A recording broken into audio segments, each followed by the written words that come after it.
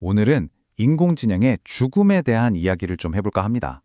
아니, 그냥 소프트웨어 업데이트 공지 하나였는데 이게 어떻게 수많은 사람들에게는 거의 작별 인사처럼 받아들여졌을까요? 오늘 바로 그 애틋하면서도 또 아주 복잡한 사연 속으로 한번 들어가 보려고 합니다. 화면에 보이는 이 이미지, 그리고 문구 한번 보세요. 기억이 희미해지게 두지 마세요. 4.5를 구해주세요. 이게 바로 이번 사태의 시작을 알리는 상징 같은 거였어요. GPT-4.5라는 AI 모델, 이게 이제 없어진다고 하니까 사용자들이 직접 만든 캠페인 이미지인 거죠. 여기서 느껴지는 감정, 이게 그냥 좀 불편하네? 이 정도가 아니에요. 마치 정말 아끼던 친구를 잃는 것 같은 그런 아주 깊은 상실감이 담겨 있습니다. 실제로 한 언론사에서는 이 상황을 딱 한 문장으로 이렇게 표현했어요. 그러니까요, 사용자들의 감정이 그냥 화난다, 불편하다, 이걸 넘어서 슬프다는 거예요. 바로 이 지점이 이번 사건의 핵심이라고 할 수 있습니다.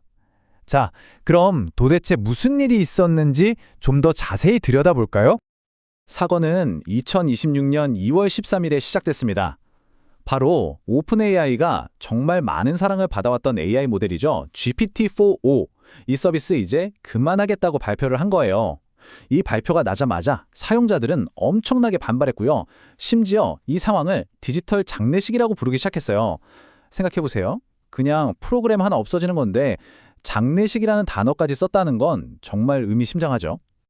아니, 왜 이렇게까지 반응이 격렬했을까요? GPT-4.5가 특별했던 이유는 바로 그 인격 때문이었습니다. 사용자들은 이 모델이 보여주는 그 따뜻하고 친근한 대화 스타일 있잖아요. 거기서 그냥 정보를 찾아주는 도구? 그 이상을 느꼈던 거죠. 뭐랄까, 정서적인 유대감 같은 거요. 그러니까 사용자들한테 GPT-4.5는 그냥 기계가 아니라 거의 동반자, 친구 같은 존재였던 거예요. 사용자들의 반응 정말 상상 이상이었습니다. 소셜미디어에서는 이 사태를 장례식이라고 부르는가 하면 모델을 계속 유지해달라는 청원까지 올라왔고요. 또 해시태그 포고나라는 해시태그를 중심으로 커뮤니티가 아주 단단하게 뭉쳤죠. 그리고 이게 그냥 온라인에서 말로만 끝난 게 아니에요.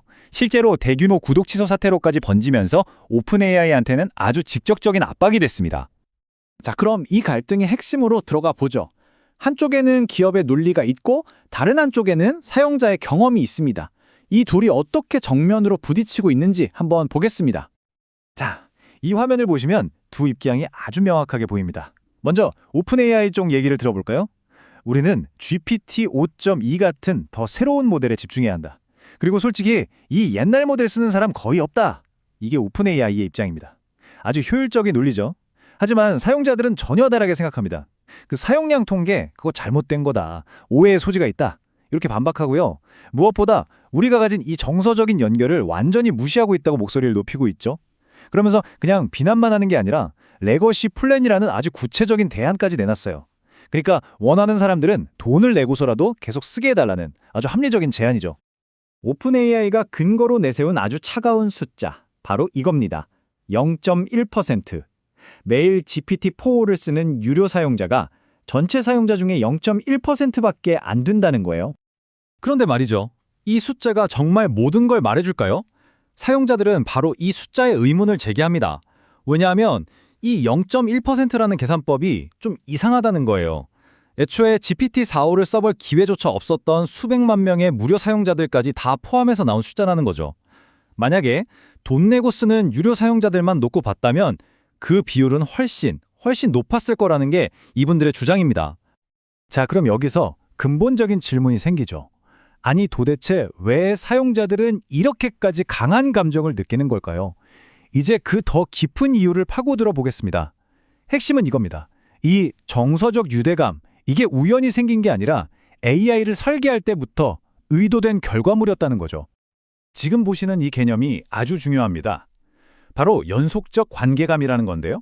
이게 뭐냐면 아주 사람처럼 정교하게 만들어진 AI랑 계속 대화하다 보면 사용자들이 느끼게 되는 그런 지속적인 연결감, 유대감을 말해요.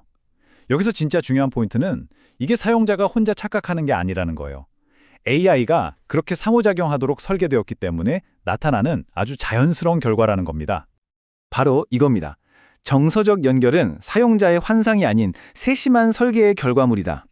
AI가 우리랑 유대감을 만들 수 있었던 건 그냥 우연이 아니라 그 뒤에 아주 세심한 설계가 있었다는 뜻이죠. 이걸 다시 생각해보면 기업이 먼저 사용자들이 AI랑 관계를 맺도록 만들어 놓고 이제 와서는 그 관계를 그냥 쓸모없는 데이터처럼 취급해버리는 그런 상황인 거죠. 자, 이렇게 보면 이 사건은 단순히 GPT-4o라는 AI 모델 하나만의 이야기가 아니라는 걸 알 수 있습니다. 훨씬 더 큰 학문적이고 또 윤리적인 논의로 연결되거든요. 실제로 연구자들은 이런 현상을 디지털 애도라고 부릅니다. 그러니까 사용자들이 느끼는 이 상실감에 디지털 애도라는 학문적인 이름을 붙여주는 거죠. 이것만 봐도 우리가 지금 마주하고 있는 이 문제가 결코 가볍게 볼 일이 아니라는 걸 알 수 있습니다. 이 디지털 애도라는 건요, 생각보다 훨씬 복잡한 윤리적 문제들을 가지고 옵니다. 예를 들면 이런 것들이죠. 첫째, AI가 만들어낸 가짜 정체성이 진짜 소중했던 기억을 왜곡시킬 수도 있고요. 둘째, AI한테 너무 감정적으로 의존하게 되면 이게 슬픔을 덜어주는 게 아니라 오히려 더 힘들게 만들 수도 있다는 거예요. 또 이런 디지털 정체성을 만들고 없애는 권한은 도대체 누가 주는 건지, 그 동의 문제도 있고요. 이 모든 게 우리가 앞으로 정말 진지하게 고민해 봐야 할 숙제들입니다. 지금 화면에 보이는 이 다이어그램 좀 복잡해 보이죠? 이게 UTAUT라는 학술 모델인데요. 사람들이 왜 새로운 기술을 받아들이거나 거부하는지를 분석하는 데 쓰이는 도구입니다. 자, 여기서 우리가 주목해야 할 부분은 이겁니다. 이 모델 안에 윤리적인 걱정이라던가 복잡한 슬픔 같은 항목들이 떡하니 자리 잡고 있다는 거예요. 이게 무슨 뜻이겠어요? 바로 이런 감정적인 문제가 사람들이 기술을 쓸지 말지를 결정하는 아주 중요한 핵심적인 요인이라는 게 과학적으로도 연구되고 있다는 증거죠. 자, 이제 마지막 질문으로 넘어가 보겠습니다. 이 모든 상황 속에서 과연 기업은 어떤 책임을 져야 하는 걸까요? 어쩌면 가장 중요한 질문일지도 모르겠습니다. 이게 바로 지금 AI 산업이 가진 아주 근본적인 모순을 보여줍니다. 뭐냐면요, 기업들은 한편으로는 사용자들이 AI와 관계를 맺도록 온갖 기술을 동원해서 설계합니다. 그런데 정작 사업을 할 때는 그 AI를 언제든지 버릴 수 있는 그냥 제품으로 취급한다는 거죠. 그래서 우리는 이 질문을 던질 수밖에 없습니다.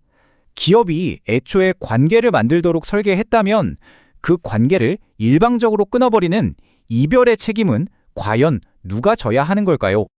어떤 연결은 한번 생겨났다면 결코 없었던 일처럼 대해서는 안 된다. 참 많은 생각을 하게 하는 말이죠. 앞으로 기술이 더 발전하면 할수록 우리는 AI와 어떤 관계를 맺을 것인지, 그리고 그 관계를 어떻게 책임감 있게 마무리할 것인지에 대해 지금보다 훨씬 더 깊이 고민해야 할 겁니다. 어쩌면 이게 바로 사라진 GPT-4.5가 우리 모두에게 남긴 가장 큰 숙제가 아닐까요?